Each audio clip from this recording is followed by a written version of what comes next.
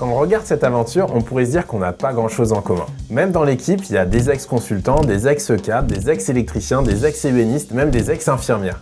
Certains qui savent se servir de leurs mains et d'autres qui préfèrent se servir de leur tête. Et d'un autre côté, il y a des partenaires qui a priori n'ont rien à voir entre eux. Des entreprises de toute taille, partout en France et partout dans le monde. Et pourtant, en 2025, quelque chose nous a tous rassemblés. Début 2025, le projet bateau était encore fragile. Les engagements avec nos partenaires en classe 40 arrivaient à maturité, on n'avait pas de budget sécurisé et encore moins de bateaux. Vous savez maintenant, lancer un projet c'est un peu comme gonfler un matelas. Bah là on pompait et on voyait pas forcément les choses bouger.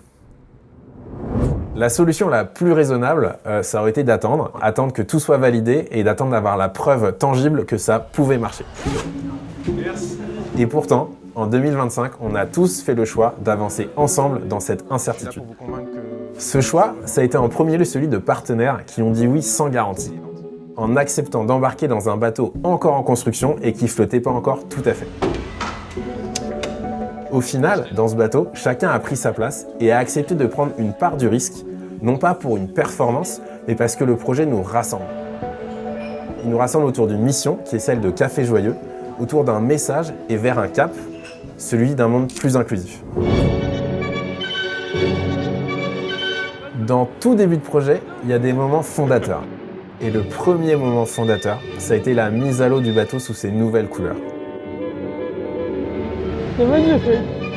Et le jour de la mise à l'eau, ce bateau, il a commencé à incarner la mission qui va porter jusqu'au Vendée Globe. C'est bien ça, Nico. Et puis il y a une autre entrée dans la classe IMOCA, avec le défi Azimut. Là, le bateau s'est retrouvé à côté de skippers que j'admire depuis très longtemps, et le syndrome de l'imposteur a commencé un peu à toquer à la porte. Et pourtant, au défi Azimut, on termine 4e. Alors bien sûr, 4e, c'est pas une victoire, on n'a pas gagné, mais c'est une confirmation importante, qui est déjà celle qu'avec Simon, on sait naviguer, et aussi que le bateau Café Joyeux, il a sa place dans la cour des grands. Et puis, il y a eu la route du café, notre premier vraie épreuve au feu. Le village de départ au Havre avec les équipes Café Joyeux et le baptême du bateau. À vrai dire, je me suis un peu demandé à un moment ce qui pouvait expliquer que des gens si différents se retrouvent à danser sur un ponton, tous habillés en jaune. Et puis, il y a eu la traversée de la Manche et la grande traversée, et tout s'est bien passé. À l'inverse de la société, la mer ne triche pas. Elle traite tous les bateaux sans faire de différence. Et notre bateau, notre projet ont tenu bon. Pas parce qu'ils sont parfaits, mais parce qu'ils sont portés collectivement au service d'un message et d'une mission qui nous anime. Et c'est justement cette force qui nous fera tous ensemble traverser les océans et les tempêtes à venir. Alors oui, on voit bien qu'on n'a pas les mêmes parcours, on n'a pas les mêmes métiers et on n'a pas les mêmes vies. On est tous très différents. Mais cette année, on s'est tous rassemblés autour de Café Joyeux. Et tous ensemble, on a décidé de faire le grand saut à un moment où il y avait encore peu de raisons d'y croire. Et c'est sans doute ça, la vraie réussite de 2025. Alors merci. Merci à Café Joyeux de nous offrir la chance de nous rassembler autour de ce beau projet.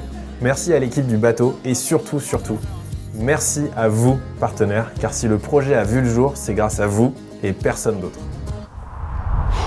Tout ça, c'est bien beau, mais ça nous met quand même dans une situation un peu délicate.